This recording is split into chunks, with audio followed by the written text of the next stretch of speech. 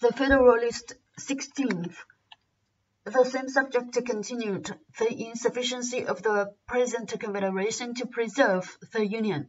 Hamilton for the New York Packet, Tuesday, December 4th, 1787. To the people of the state of New York, the tendency of the principle of legislation for states or communities in their political capacities, as it has been exemplified by the experiments we have made of it, is equally attested by the events which have befallen all other governments of the Confederate kind, of which we have any account, in exact proportion to its prevalence in those systems. The confirmations of this fact will be worthy of a distinct and particular examination.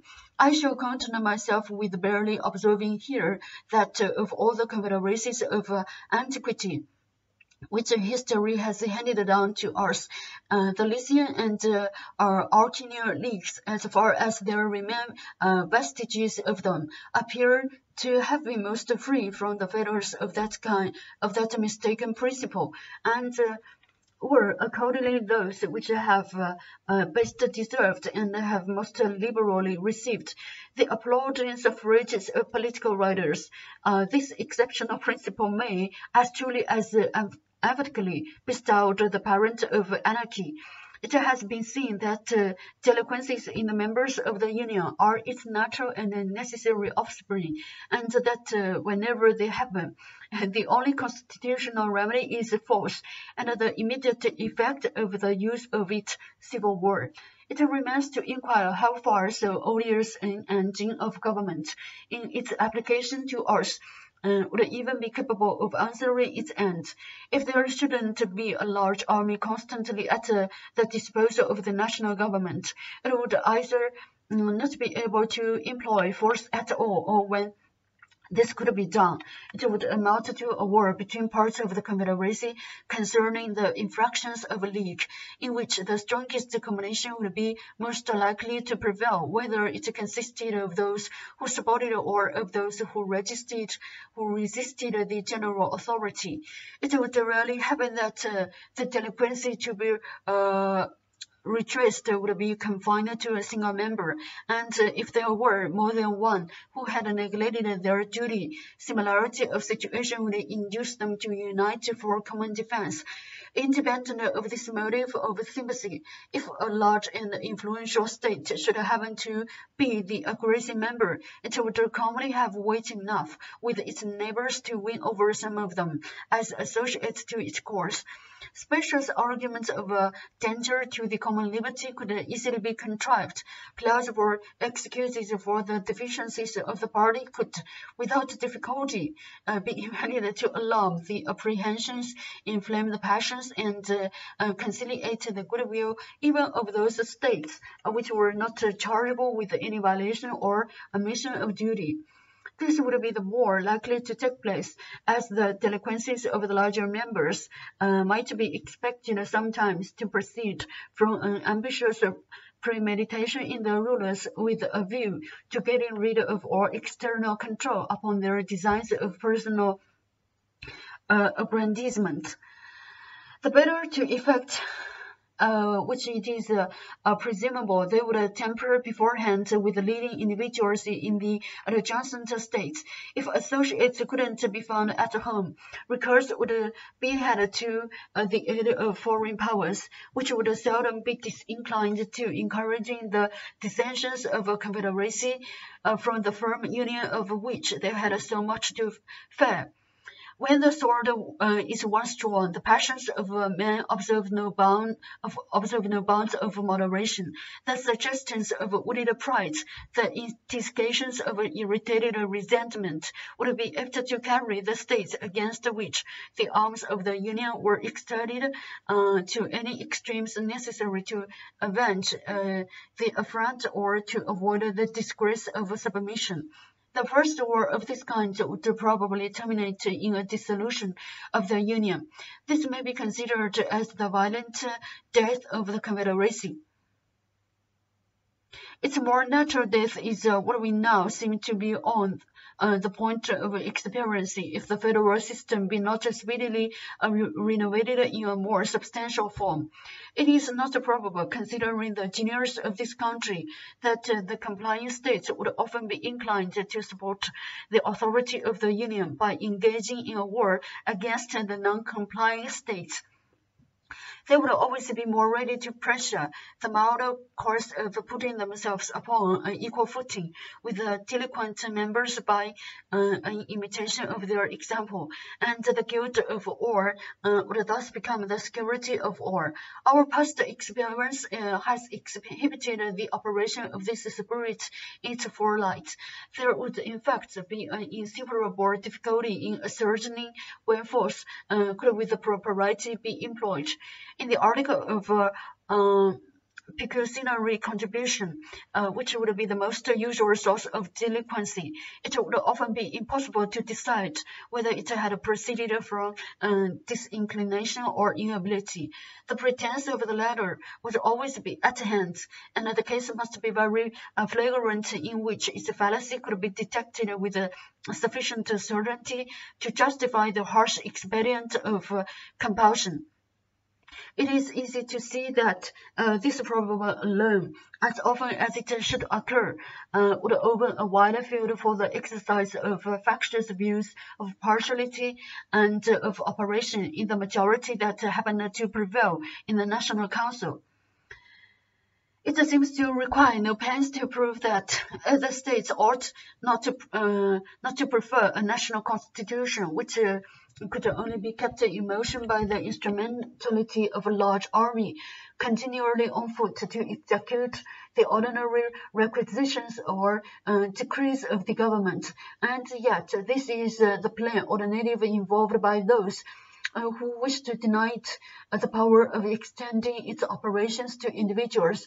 Such a scheme, if practicable at all, would instantly degenerate into a military despotism.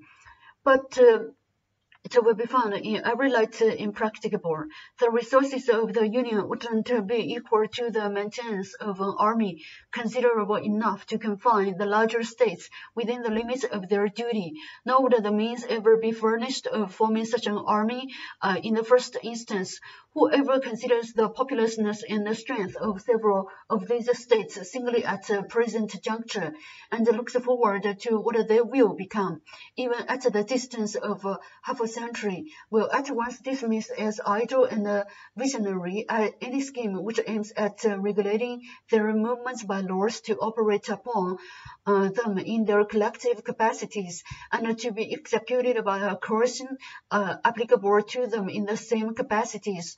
A project of this kind is little less romantic than the monster taming spirit, which is attributed to the fabulous heroes and demigods of antiquity. Even in those confederacies which have been composed of members smaller than many of our counties, the principle of legislation for sovereign states, supported by military coercion, has never been found effectual. It has rarely been attempted to be employed, but against the weaker members, and in most instances, attempts to coerce the refractory and disobedient have been the signals of bloody wars, in which one half of the confederacy has displayed its banners against the other half.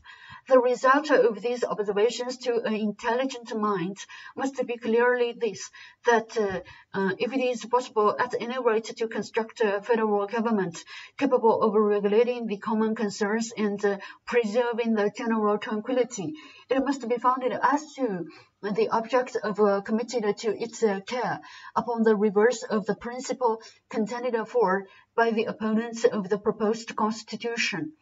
It must carry its agency to the persons of the citizens. It must stand in need of no intermediate legislations, but must itself be empowered to employ the arm of the ordinary magistrate to execute its own resolutions. The majesty of the national authority must be manifested through the medium of the court of justice, the government of the Union. like that of each state, must be able to address itself immediately to the hopes and affairs of individuals and to attract to its support those passions which have the strongest influence upon the human heart. It must, in short, possess all the means and have a right to resort to all the methods of executing the powers with which it is entrusted that are possessed and exercised by the government of the particular state. To this reasoning, it may perhaps be objected that if any state should be disaffected to the authority of the Union, it could at any time obstruct the execution of its laws and bring the matter to the same issue of force with the necessity of which the opposite scheme is reapproached. The plausibility of this objection will vanish the moment we advert to the essential difference between a mere non-compliance and a direct and active resistance.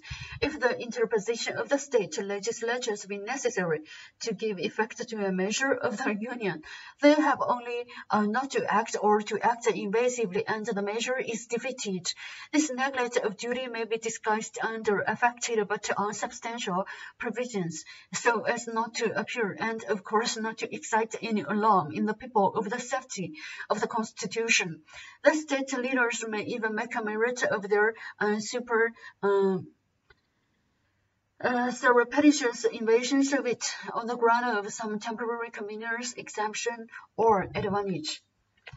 But if the execution of the laws of the national government shouldn't require the intervention of the state legislatures, if they were to pass into immediate operation upon the citizens themselves, the particular government couldn't interrupt their progress without an open and violent exertion of an unconstitutional power. No omissions nor evasions would answer the end. They would be obliged to act in such a manner as would leave no doubt that they had encroached on the national rights. An experiment of this nature would always be hazardous in the face of a constitution in any degree competent to its own defense, and of a people enlightened enough to distinguish between a legal exercise and an illegal usurpation of authority. The success of it would require not merely a factious majority in the legislature, but the concurrence of the courts of justice and of the body of the people. If the judges were not embarked in a conspiracy with the legislature, they would pronounce the resolutions of such a majority to be contrary to the supreme law of the land, unconstitutional and void. If the people were not tainted with the spirit of their state representatives, they, as the natural guardians of the Constitution, would throw their weight into the national scale and give it a decided ponderancy in the contest. Attempts of this kind wouldn't often be made with levity or rashness, because they could seldom be made without danger to the authors, unless in cases of a tyrannical exercise of the federal authority. If opposition to the national government should arise from the disorderly conduct of refractory or seditious individuals, it could be overcome by the same means which are daily employed against the same evil under the state government. The magistracy being equally the ministers of the law of the land from whatever source it might emanate, would doubtless be as ready to guard the national as the local regulations from the inroads of private licentiousness, and to those partial commissions and insurrections which sometimes disquiet society from the intrigues of an inconsiderable faction, or from sudden or occasional ill humors that do not affect the great body of the community. The general government could command more extensive resources for the suppression of disturbances of that kind than would be in the power of any single member.